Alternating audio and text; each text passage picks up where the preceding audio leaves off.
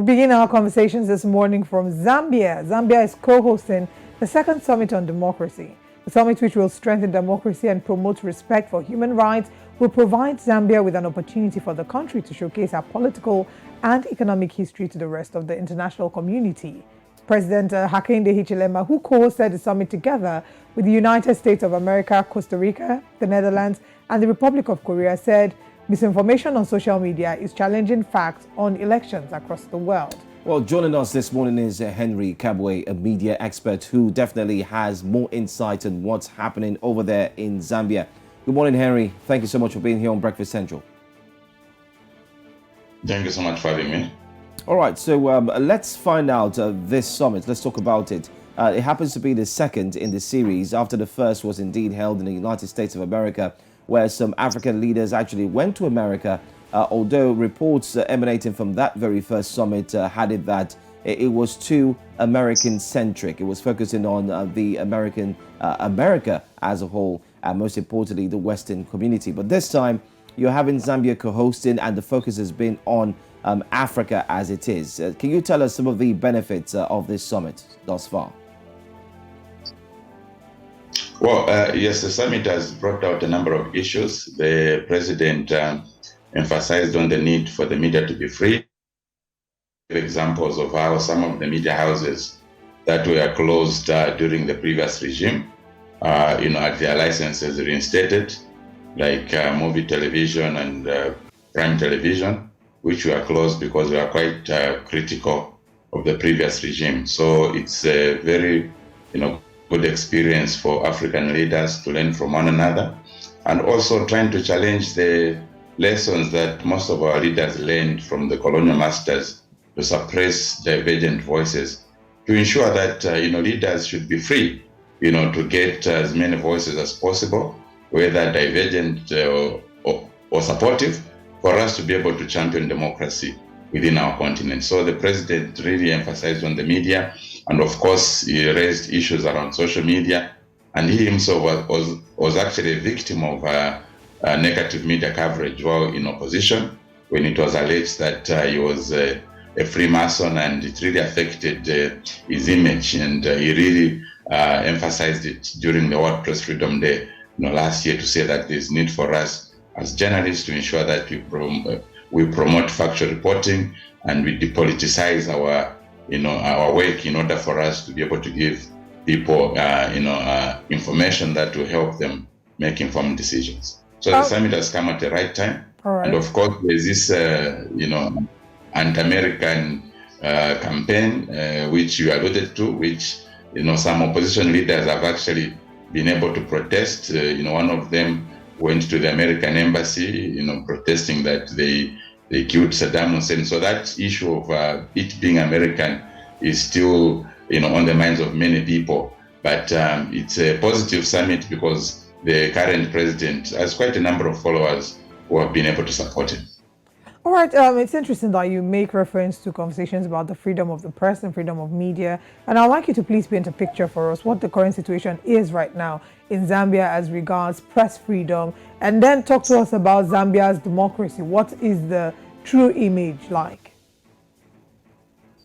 Well, yes, we have seen quite a number of developments when it comes to democracy and freedom of expression. But I would also say that even in the previous regime, we find that the president then would post something and people would directly respond in a negative way.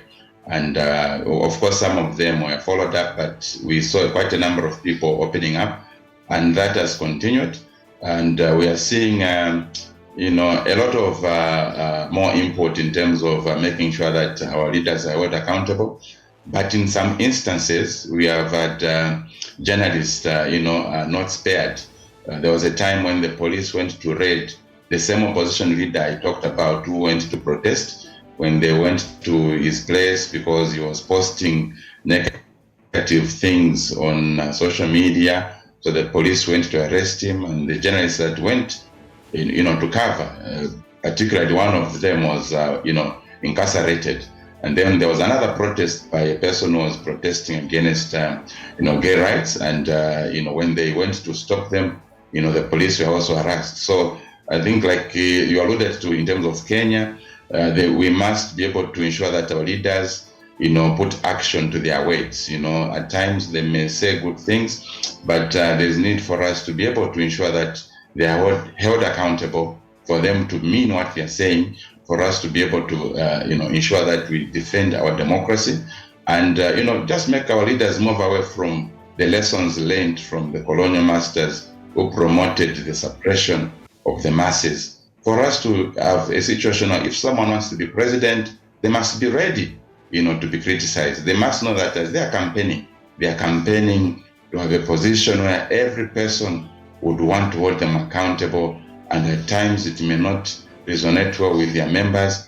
At times we have seen, even in our country, political party cadres storming, radio stations, and even when the president says something positive, you find that in the same news bulletin, they'll cover some cadres saying, no, the public should not take advantage of what the president has said, because we're going to deal with them. So we need to ensure that apart from the presidential directives, that even the people within the political parties, especially the ruling party, are conscientized to ensure that whatever the president says, should be obeyed. Even the law enforcement agencies should be able to understand that what the president says as the commander-in-chief of the armed forces applies to them. So they should not be able to do the opposite. So on the ground, we have seen pockets of attacks on the media, arrests of the media, which really didn't augur well, to many of us. But we are hopeful that after this summit, things will be better.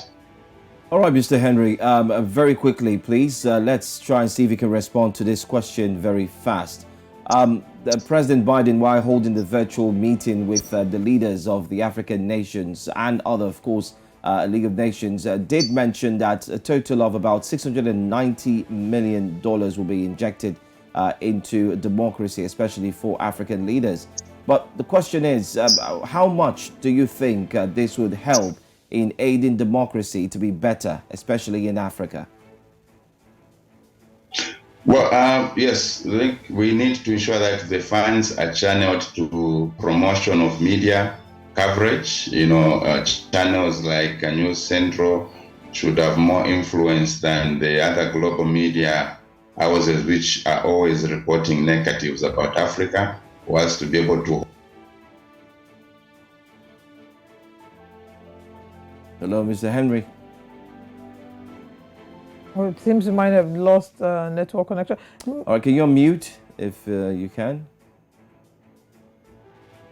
The nations that going to support it with funds are able to have systems where the electoral commissions, because this summit is focusing more on elections, do allow the media freedom to cover whatever they're supposed to cover, and to ensure that there is balanced coverage of the media, within the countries, and also making sure that the rigging is stopped by making sure that the political party agents, the other political parties, as their agents are supported to be able to monitor the voting processes at every level, because I find that in many of these countries, especially in rural areas, the ruling political party may have agents, and that's where the manipulations, normally take place. So two things: elections should be rigged.